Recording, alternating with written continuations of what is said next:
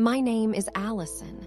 I'm 34, and for 12 years, my life was Parker's Bistro. I was the chef who took our family's cozy Seattle eatery and sculpted it into a culinary landmark.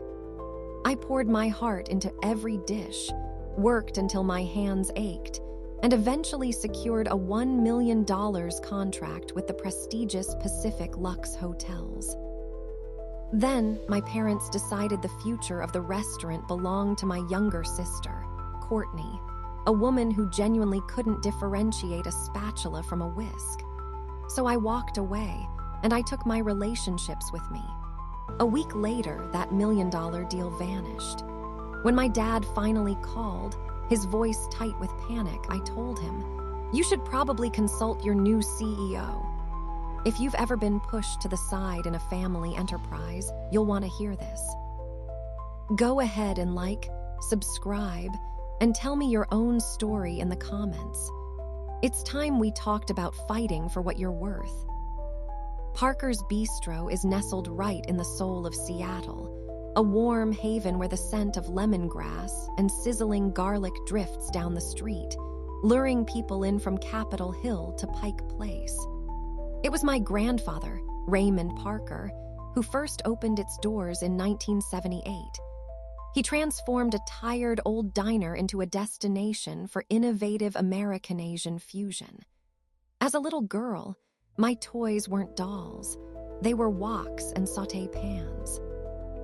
I'd stand on a stool beside Grandpa Raymond, my tiny hands helping him perfect the glaze for his signature soy short ribs. By the time I was 16, I was a fixture in the back, chopping vegetables and absorbing the frantic, beautiful rhythm of a professional kitchen. My passion for food ignited there, and it became the fire that drove me to make Parker's a name synonymous with excellence. After graduating from Le Cordon Bleu and earning a marketing degree from the University of Washington, I returned in 2013, armed with a vision to elevate our family's heritage. My parents, Kenneth and Lori, seemed ecstatic, or at least that's what I believed. For the next 12 years, I dedicated myself to transforming Parker's from a restaurant into a brand. I invented our tangerine-glazed lobster, the dish that got us a feature in Food and Wine magazine. I grew our social media presence from a handful of followers to over 50,000, thanks to viral videos of our sizzling poke bowls. And my proudest achievement was finalizing that $1 million agreement with Pacific Lux Hotels, a major chain that wanted to feature our recipes in all their West Coast locations. That contract was more than just money. It was validation that we had finally arrived. But my parents had a different vision for the future. Last January, we all gathered for our annual family meeting at my parents' house, around the big oak table where we'd had countless Sunday dinners. My dad, Kenneth, cleared his throat, his telltale sign that major news was coming. My mom, Lori, sat next to him, her expression carefully neutral as she sipped her coffee. My sister, Courtney, 3 years my junior, was absorbed in her phone, barely present.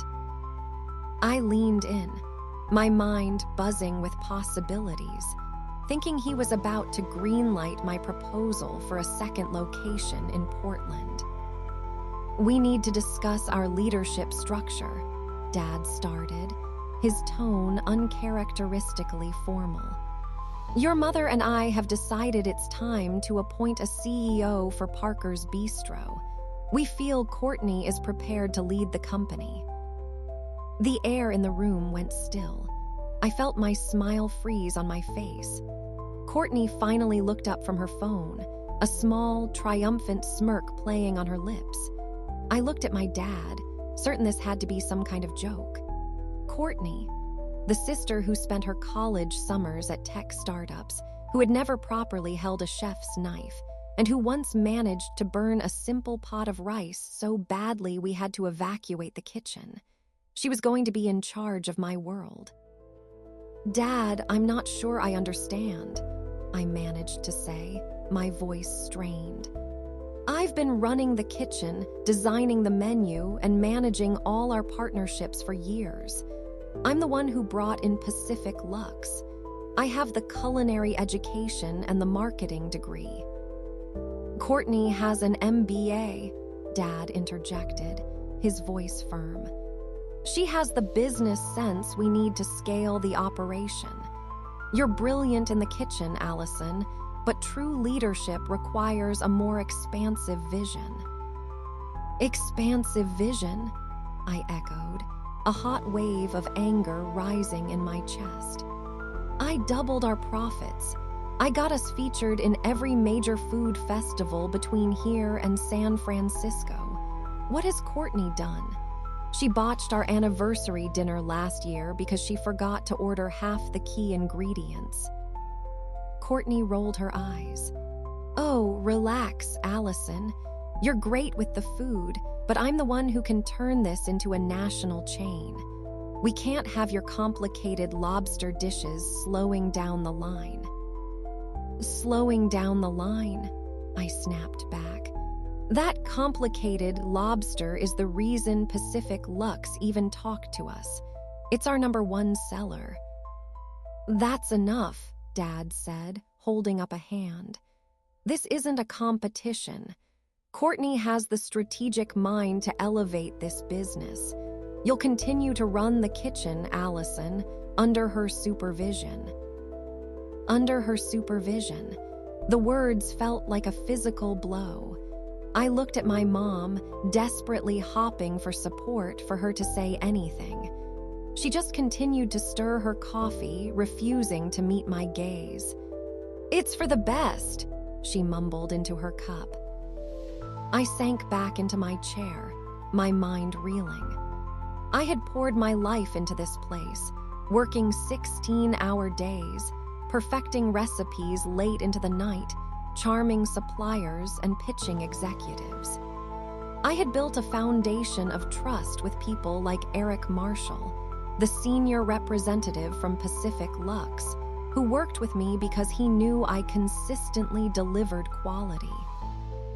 And now, my parents were betting on Courtney, whose greatest business accomplishment was a PowerPoint presentation on reducing office supply costs. The rest of the meeting was a blur. Dad went on about Courtney's transition plan, how she would immediately begin making strategic decisions, like streamlining the menu. "We're losing money on these small batch specialty items," she announced with a flick of her hair. "I think we should pivot to high-volume products. Burgers, fried rice, things we can produce quickly." "That is not our brand," I countered, my hands gripping the edge of the table. "People come to us for unique, crafted flavors, not for fast food." "Our tangerine lobster has a 3-week waiting list, Allison," Dad said, his tone dripping with condescension. "You're too emotionally invested in the details. Courtney is thinking about the big picture. You'll get used to it." Get used to it, as if I were some new hire who needed to learn the ropes. I glanced at Courtney, her self-satisfied grin searing itself into my memory. She had always been the golden child, the one who coasted by on minimal effort because she had the right degree. But this wasn't just a job. This was my life's work. In the week that followed, the indignities mounted. Courtney began reviewing my menus, leaving little notes like "too costly" next to my signature miso-glazed cod. She would stride into the kitchen during the intense dinner rush, demanding that we simplify recipes on the fly. At one point, she instructed our manager, Ryan, to cancel an incoming shipment of premium scallops because she deemed them too expensive. Ryan called me later, his voice filled with frustration. "Allison, she's going to destroy our reputation for quality. What am I supposed to do?" I had no answer for him. With each passing day, my authority eroded. My dad started deferring to Courtney on everything, from supplier agreements to marketing budgets. During a conference call with our primary wine vendor, he introduced her as the future of Parker's Bistro and me as Allison, who takes care of the kitchen. Takes care of the kitchen, as if I were just the person who chopped the onions. The final straw came during a staff meeting 10 days after Courtney's coronation. The restaurant was completely booked, with a line stretching out the door for our monthly chef's table event, an evening I had spent weeks meticulously planning. Just as I was briefing the team, Courtney stood up and announced her new vision. "We're eliminating half of the specialty dishes," she declared, waving a spreadsheet. "They're just not scalable. Allison has been a bit indulgent, but it's time we prioritized profits." Indulgent, that was it. "Those dishes are the reason we're booked solid every night," I said, rising to my feet. "If you want to transform this place into a generic burger joint, fine. But don't you dare call it a strategy. You don't have a clue what goes into our food." The room fell silent. Courtney's face turned red. "You are completely out of line, Allison. I am the CEO. Maybe you should just focus on cooking." I looked at my dad, pleading with my eyes for him to intervene. He just frowned and shook his head. "Let's all just take a breath," he said weakly. "Courtney is in charge. We have to trust her." Trust her, not me. Not the person who had elevated this restaurant from a local favorite to a nationally recognized name. I turned and walked out of that meeting, my hands trembling. I stood in the alley behind the bistro, the low hum of the city a dull roar in my ears. I had given Parker's everything, my passion, my sweat, my sleepless nights, and they believed Courtney, with her empty buzzwords and zero experience, was the smarter bet. That night, I met my friend Holly, who owns the successful Lotus Eatery across town. We sat in a late-night diner, and over coffee, I told her everything.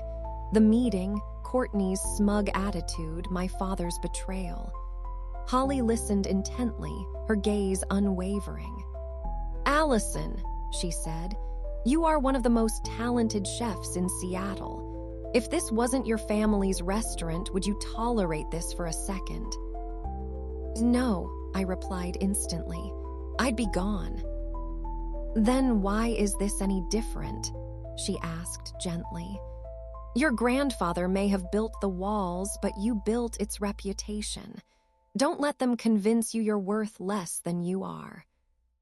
Her words resonated deep within me. I went home and began to take inventory of what was truly mine.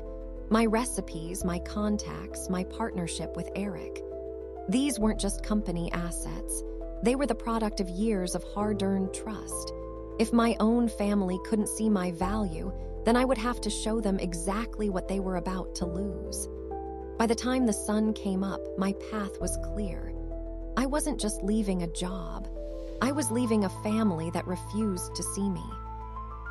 For 2 weeks, I continued to show up, trying to maintain order in a kitchen that was rapidly descending into chaos.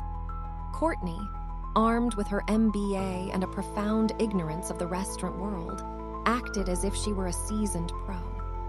Her strategic vision was more like a controlled demolition, and I was standing at ground zero. During a menu development meeting, I presented a new creation, seared scallops with a delicate yuzu butter. It had been a massive hit in our test runs. Courtney gave the proposal a cursory glance. "Too niche," she declared, tapping her tablet. "We need items with broader appeal, Allison. Think chicken wings, not scallops." "Chicken wings," I said, incredulous. "Our patrons make reservations weeks in advance for dishes like this. It's our identity." She leaned back with a smirk. "You're too caught up in the day-to-day. I'm focused on national expansion. That means uniform menus and low-cost ingredients. Your little artistic plates just don't fit the model. I looked at my dad, who was engrossed in Courtney's spreadsheets. She has a point, he said, not even looking up. We can't afford to be chasing accolades. Accolades. That's what he called the food and wine feature that had kept our dining room full for a year. I held my tongue, but the insult stung. My mother, predictably, remained silent, nodding in agreement as if Courtney's plan were brilliant. I left that meeting feeling utterly diminished. My 12 years of dedication had been reduced to little artistic plates. Courtney's interference became relentless. She started emailing my suppliers directly, questioning the contracts I had negotiated. Denise Hart, who had been our trusted seafood purveyor for a decade, called me in a state of confusion. Allison, your sister is asking about switching to frozen shrimp to cut costs. I thought you were in charge of sourcing. I am, I said, my grip tightening on the phone. Or I was, just ignore her for now, Denise, I'll handle it. But handling it meant constantly battling Courtney. She would interrupt our pre-service prep to observe operations, scribbling notes as my staff tried to work around her. She once berated Kristen, one of my best line cooks, for being too slow during a dinner rush, nearly causing a collision. Kristen cornered me later, her face flushed with anger. Allison, she's clueless. Why is she the one making decisions? I didn't have an answer for her. Her choices weren't just poor, they were destructive. She canceled a crucial marketing campaign for the Seattle Food Fest that I had planned, citing the expense. The previous year, that same campaign had generated 10,000 new followers for us. When I confronted my dad about it, he just shrugged. Courtney is the CEO. We have to trust her judgment. Trust her judgment. I had trusted my family to recognize my worth, and they had proven me wrong. My role was shrinking daily. My dad began excluding me from key meetings, asking Courtney for updates on partnerships that I had personally cultivated. During a call with Eric from Pacific Lux, my dad introduced her as our new leader and me as simply the chef. Eric, who had worked closely with me for 3 years, sounded bewildered. Allison has always been my main contact, he said. Courtney immediately jumped in, promising a slate of exciting changes. I sat there in silence, my stomach twisting into knots. The disrespect was a constant weight, but I kept pushing forward, hoping my work would eventually speak for itself. Then came the Friday staff meeting, 2 weeks after Courtney's appointment. We were preparing for a major private event, a launch party for a tech company with 50 guests and a 5-course tasting menu. I had spent days perfecting every detail. The staff was energized, ready for a flawless service. Courtney arrived late, clutching her laptop. Quick announcement, she said, cutting me off mid-briefing. We're streamlining. Starting next week, we're cutting 3 specialty dishes from the permanent menu: the tangerine lobster, the miso cod, and the yuzu scallops. They're too costly. The kitchen went completely still. Ryan, our manager, shot me a look, his jaw tight. Those are our most popular dishes, I said, standing up.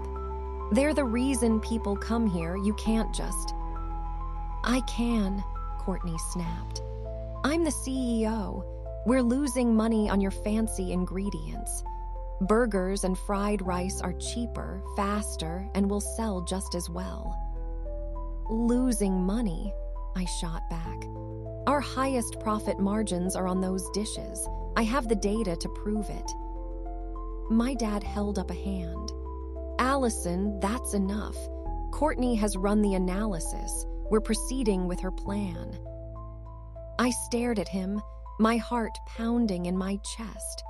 Run the analysis. Courtney hadn't spent enough time in the kitchen to know the cost of salt. I was the one who ran those numbers, late at night after service, meticulously balancing quality with profitability. And now my own father was choosing her word over mine. "Fine," I said, my voice ice cold. "If you want to turn Parker's into a generic fast food joint, be my guest. But don't expect me to stand here and watch you do it." I turned and walked out, the kitchen door swinging shut behind me. The alley was quiet, the sounds of the city muted and distant. I leaned against the cool brick wall, my breath coming in ragged gasps. I had poured my soul into this place, and they thought Courtney, with her half-baked, spreadsheet-driven ideas, was the future. That evening, I met Holly at a diner near Pike Place. Over a plate of greasy fries, I laid it all out. Courtney's hostile takeover, my dad's dismissal, my mom's silent complicity. Holly, my mentor since culinary school, listened patiently. "Allison," she said, setting down her coffee mug, "you are one of the finest chefs I know. You are the reason Parker's is what it is. If this were any other job, would you stay?" "Not a chance," I said, the words coming out automatically. "I'd be gone in a heartbeat." "Then why is this different just because it's family?" she asked. "Your grandfather may have started it, but you made it a brand. You don't owe them your spirit." Her words were a lifeline. I thought of Grandpa Raymond and how he had entrusted his legacy to me. He would never have allowed someone like Courtney to dismantle his vision. But my dad was ready to hand it all over without a second thought. I went home that night and began to take stock. My recipes, the tangerine lobster, the miso cod, were not just menu items. They were my intellectual property, honed over years of practice. My relationships with suppliers like Denise Hart were built on my personal reputation, not the restaurant's. My partnership with Eric was the result of countless late-night calls, tastings, and promises that I had personally kept. These were not company assets. They were mine. By morning, my decision was made. I wasn't going to stay where I wasn't valued, but simply leaving wasn't enough. I had to protect what I had built. I meticulously backed up all my files: supplier communications, contracts with Pacific Lux, marketing strategies. The official records would remain with Parker's, but the relationships, the trust, those were coming with me. On Monday morning, I walked into my dad's office, a cramped room filled with old receipts and framed newspaper clippings. He looked up from his desk, a flicker of surprise in his eyes. "Allison, what is it? We have the tech event tonight." "No," I said, placing my resignation letter on his desk. "You have it. I'm finished, effective immediately." His face went slack. "Don't be ridiculous. You can't just quit. This is your family's business." "It's not my business anymore," I said, my voice unwavering. "You made that abundantly clear when you chose Courtney. I will not work for someone who doesn't understand the first thing about what we do." He stood up, his voice rising. "You're overreacting. Courtney is still learning. You're still the head chef." "Head chef?" I let out a bitter laugh. "You mean the kitchen grunt who takes orders from your new CEO? No, thank you, Dad. I'm worth more than that." He stared at the unopened letter. "You're going to regret this, Allison. You can't just abandon your legacy." "My legacy is what I built," I said, turning to leave. "Good luck with Courtney's burgers." As I walked out of the restaurant for the last time, I felt a dizzying mix of terror and liberation. Parker's Bistro had been my entire world, but staying there would have meant slowly erasing myself. I wasn't just leaving a job, I was choosing myself. I found a small apartment in Belltown, just a 10-minute drive from the bistro, but a universe away from the turmoil I had left. I kept my phone off for the first few days, giving myself the space to breathe and process. When I finally turned it on, the avalanche of notifications confirmed what I already knew. Parker's was imploding without me. My inbox was a catastrophe. 32 missed calls, 50 text messages, 70 emails. Most were from frantic suppliers and staff members, confused about schedules and orders. Ryan, the manager, had left a tense voicemail. "Allison, it's a complete disaster here. Courtney is giving out contradictory orders and the kitchen is in chaos. Please call me." I didn't. I had warned them and they had made their choice. This was their problem to solve. But the messages kept coming. Denise Hart, our seafood supplier, texted, "Courtney is asking for prices on bulk frozen fish. Is this correct? You always insisted on fresh." I sighed, imagining our beautiful tangerine-glazed lobster being replaced with cheap, tasteless tilapia. Kristen, one of my line cooks, sent a desperate message. "Allison, Courtney changed the menu in the middle of service last night. We had to send back half the plates. What is happening?" I stared at the screen, a knot forming in my stomach. These were my people, my team, individuals I had trained and mentored. But I couldn't save them, not anymore. By the 5th day, the cracks were becoming public. I received a call from a well-known food blogger who had dined at Parker's the previous night. "Allison, I heard you left," she said. "The service was a mess, and the miso cod tasted off.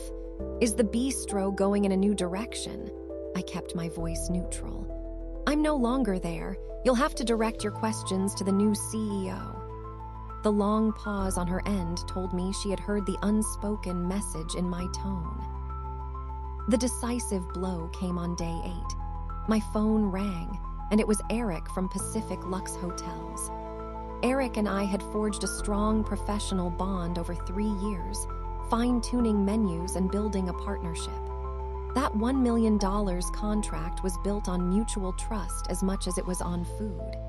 His voice was clipped and professional, but I could hear the undercurrent of frustration. "Allison, what is going on at Parker's? I had a meeting with your sister yesterday, and it was a train wreck." I sat down on my couch, steeling myself. "I'm no longer with the bistro, Eric. Courtney is in charge now." "Yeah, I gathered that," he said dryly. "She came in with a PowerPoint about operational efficiencies and couldn't answer a single basic question about your menu.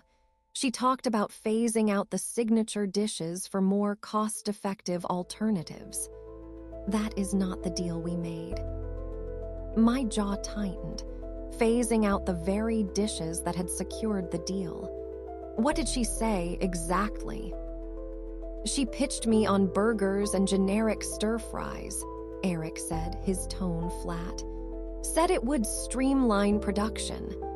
I asked her about the tangerine lobster, and she didn't even know the ingredients. Allison, our contract is based on your quality, your vision.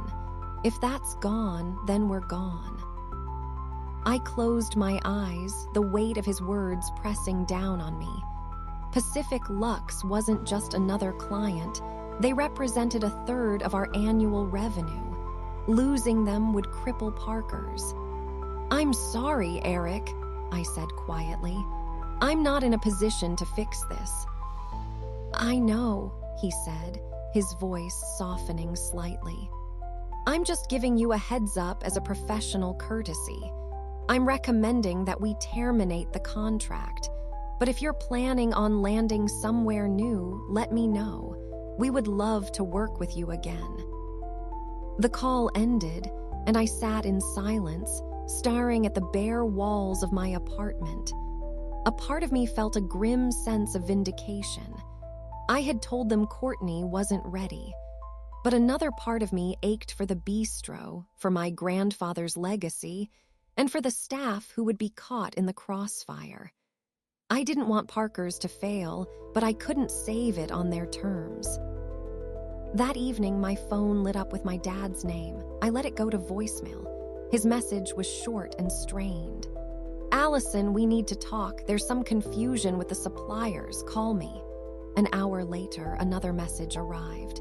"The kitchen is struggling with the new menu. We could really use your input." By midnight, a third message came through, his voice laced with panic. "Pacific Lux is pulling out. $1 million, Allison. Please call me." I didn't, not yet. The next morning, he called again. This time, I answered. "Dad," I said, my voice calm and even. "Allison, thank God," he said, the words tumbling out in a rush. "We're in serious trouble. Eric says Pacific Lux is dropping us. He's furious about Courtney's meeting, says we're changing the menu in ways that violate their agreement. $1 million, Allison. We can't afford to lose this." "I know," I said. "Eric called me." "He called you." My dad's voice spiked. "What did he tell you?" "That Courtney pitched him fast food garbage," I said, seeing no reason to soften the blow. "That she has no understanding of the menu or the vision we sold them. He's pulling the contract because the trust we built is gone."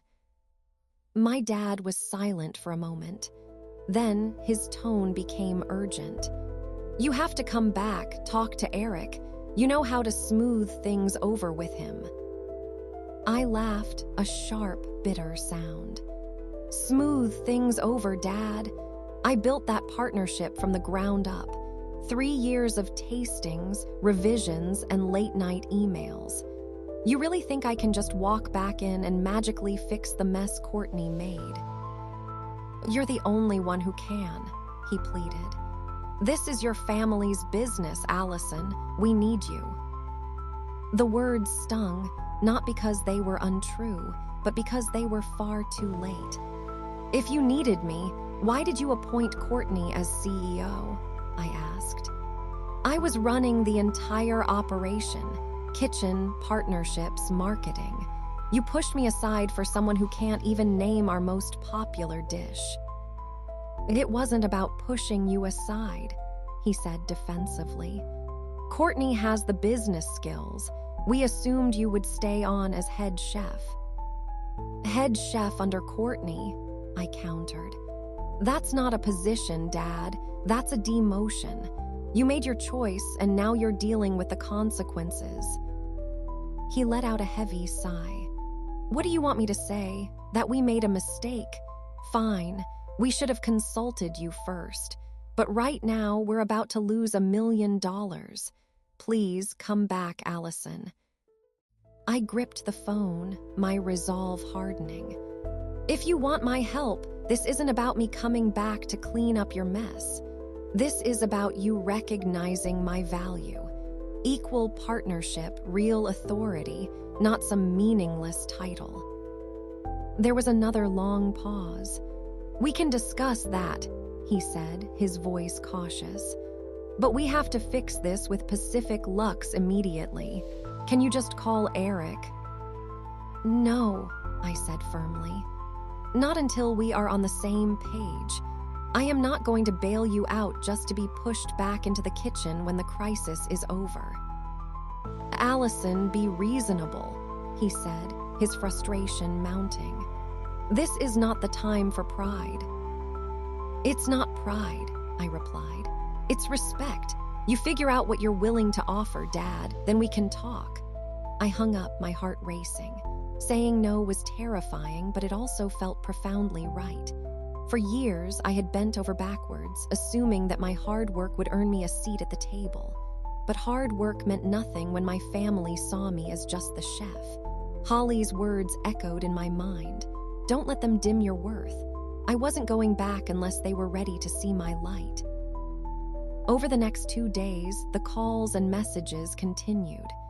Ryan texted to say that staff morale had hit rock bottom, servers were quitting, and the cooks were on the verge of walking out. Denise emailed to say that Courtney had missed an invoice payment, jeopardizing their supply of fresh seafood. Even my mom left a voicemail, her voice hesitant. "Allison, I know you're upset, but we're really struggling.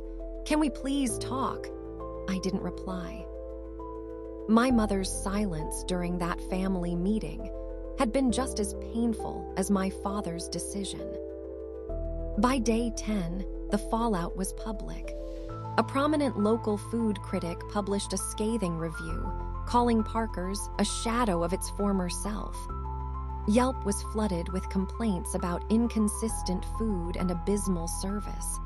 I tried to remain detached, but every new message was a small cut. Parker's wasn't just a job, it was my legacy, too. But saving it would mean compromising my own value, and I wasn't willing to do that. Then Holly called. "Allison, I heard about Pacific Lux," she said. "Are you okay?" "Not really," I admitted. "My dad wants me to come back, but nothing has fundamentally changed. They still don't get it." "They're feeling the consequences now," Holly said. "You showed them your worth by leaving, so what's your next move?" I didn't have an answer yet, but her question ignited a spark. I had spent a decade building Parker's, but maybe my future wasn't about fixing it. Maybe it was time to build something of my own. After 10 days of silence, I agreed to meet my dad and Courtney. We chose a small cafe in Fremont, neutral territory far from the chaos of Parker's Bistro. The decision wasn't easy. A part of me wanted to keep walking, but Holly's words stayed with me. Show them your worth.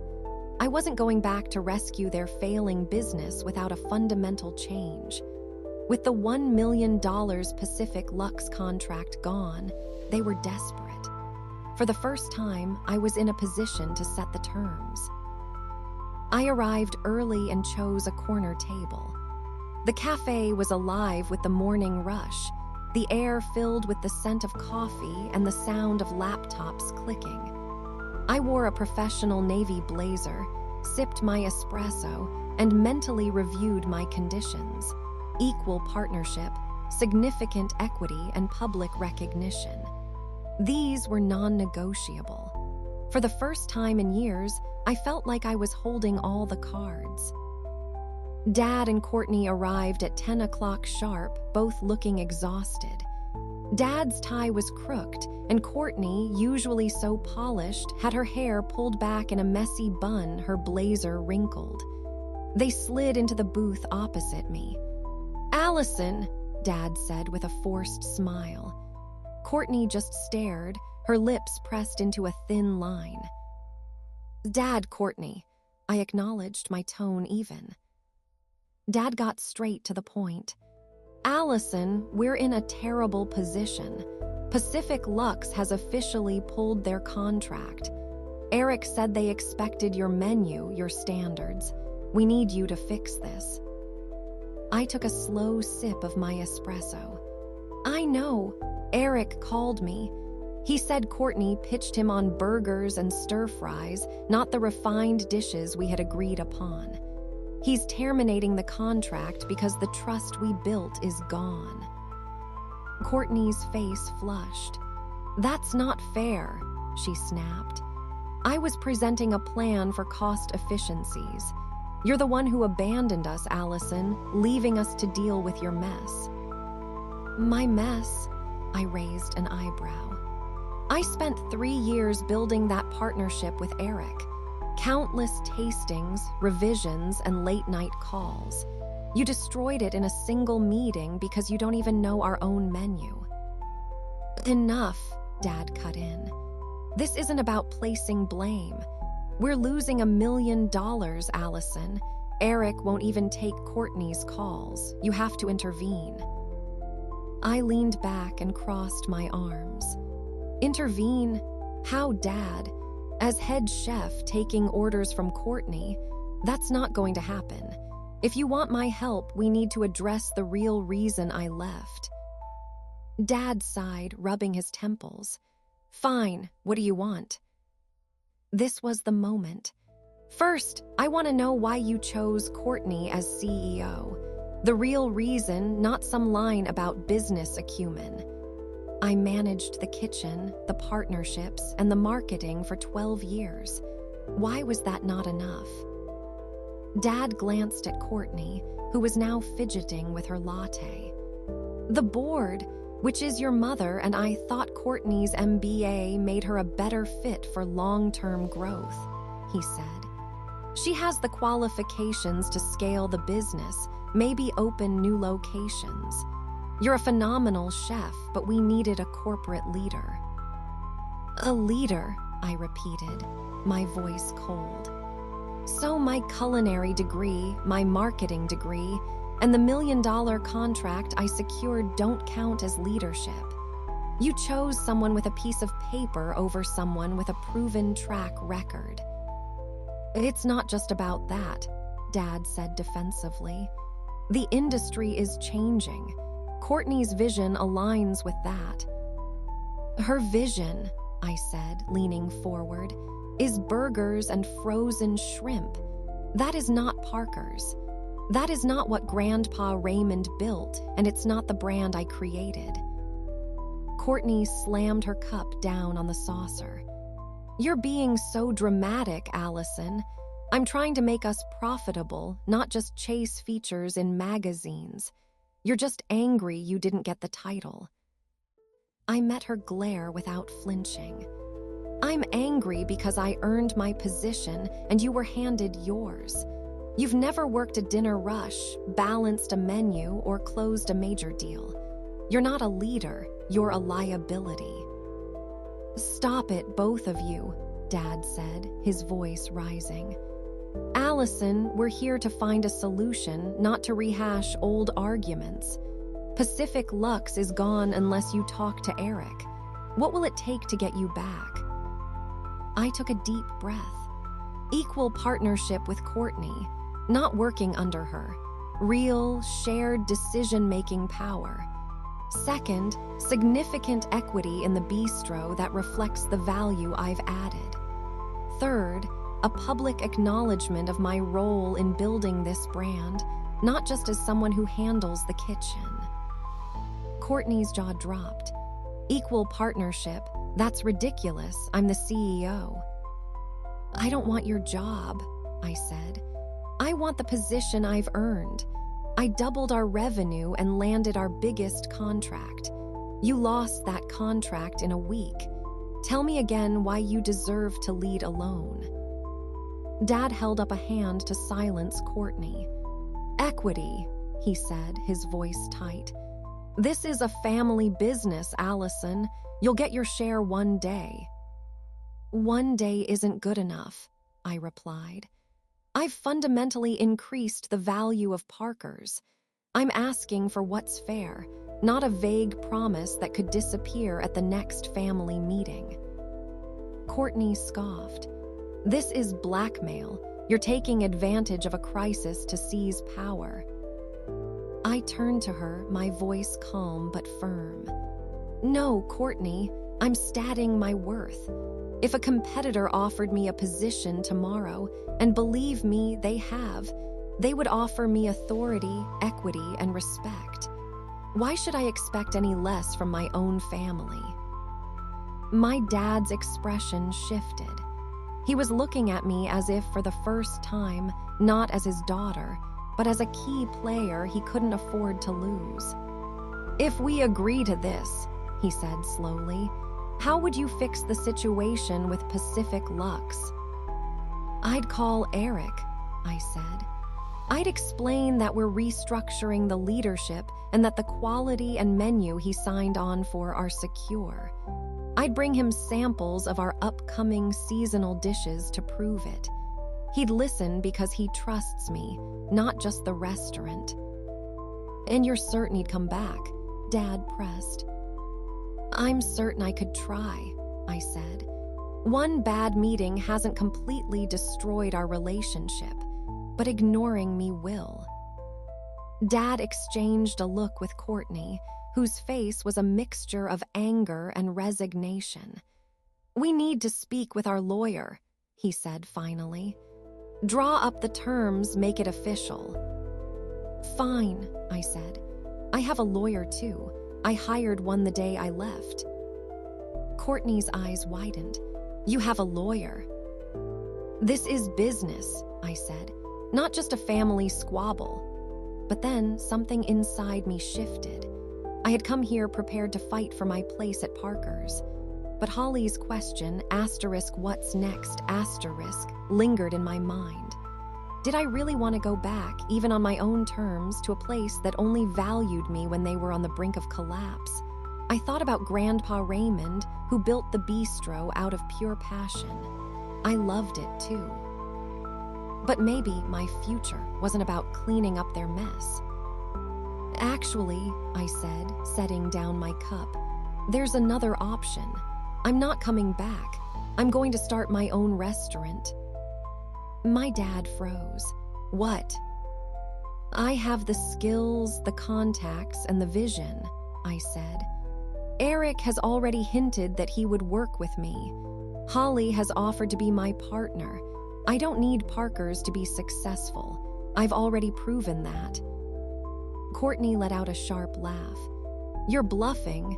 You can't just start from scratch. You need us. Do I said, meeting her gaze. I built the Parker's brand from nothing. The recipes, the partnerships, the reputation. That was all me. You're the ones who need me, and you blew it. My dad's face went pale. Allison, don't do this. We can work it out. Partnership, equity, whatever you want. It's too late, I said, standing up. You made your choice when you picked Courtney. Now I'm making mine. I'm going to build something new on my own terms. I walked out of the cafe, the noise fatting behind me. My heart was pounding, but I felt lighter than I had in weeks. For years, I had tied my worth to Parker's and to my family's approval. Now I was finally betting on myself. 3 months after that meeting, I stood in the kitchen of my new restaurant, Allison's Table, watching the first plates go out on opening night. The space, a chic, modern spot in Seattle's Capitol Hill, was buzzing with energy. Servers moved gracefully, carrying trays of my tangerine-glazed lobster and yuzu-seared scallops, dishes I had perfected at Parker's, but now they were mine. The air was fragrant with sizzling garlic and fresh herbs, and every table was full. Holly, my friend and now my business partner, gave me a triumphant thumbs up from across the room. I had actually done it. The path to that night had been a whirlwind. After telling my dad and Courtney I wasn't coming back, I spent weeks in intense planning sessions with Holly. We found a perfect location, a former bakery with great potential, and we poured everything we had into it, our savings, our time, our energy. One of my first calls was to Eric from Pacific Lux. Allison, he had said, if you're cooking, I'm interested. He didn't just listen. He signed a contract to feature my dishes in 2 of their Seattle hotels, a deal worth $500,000 to start. It wasn't the $1 million contract Parker's had lost, but it was entirely mine, built on the trust I had personally earned. Opening night was a blur. Customers, many of whom were loyal regulars from Parker's, raved about the food. A critic from the Seattle Times stopped by, taking notes as she savored my miso-glazed cod. This feels like Parker's at its absolute best, she said with a smile. I didn't correct her. These dishes were the soul of Parker's, reborn under my own name. By midnight, as the last guests departed, Holly pulled me into a hug. You did it, Allison. This place is all you. But my success wasn't just about the restaurant. It was about forging a new relationship with my family.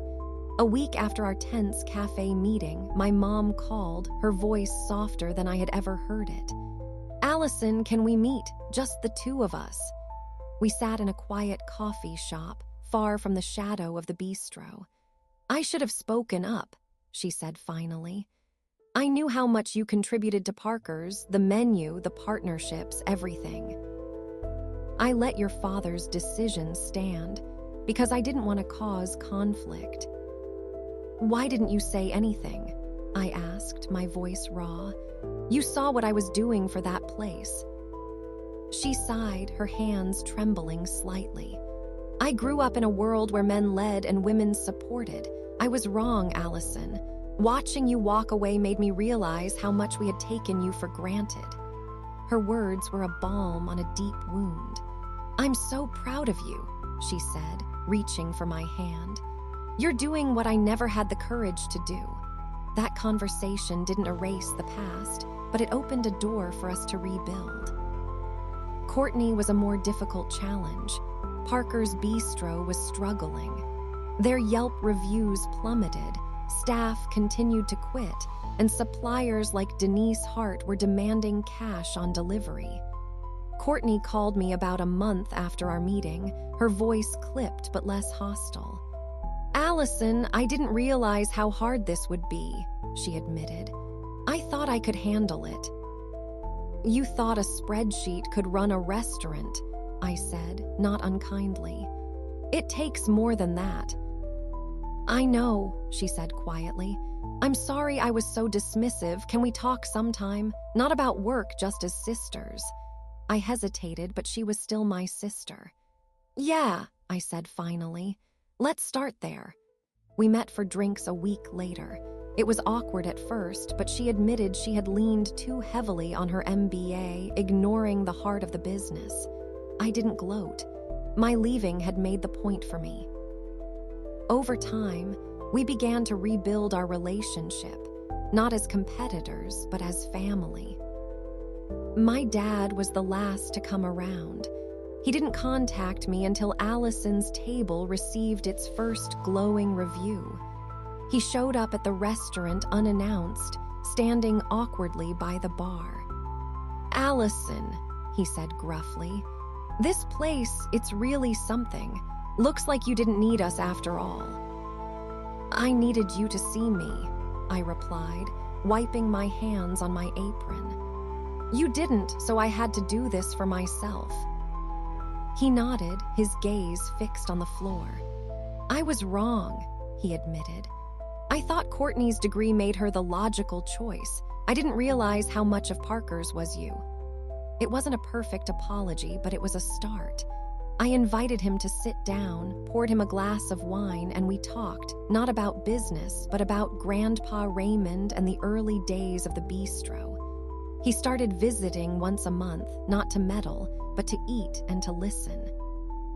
Parker's was still struggling, with Courtney having to scale back her ambitious plans just to stay afloat.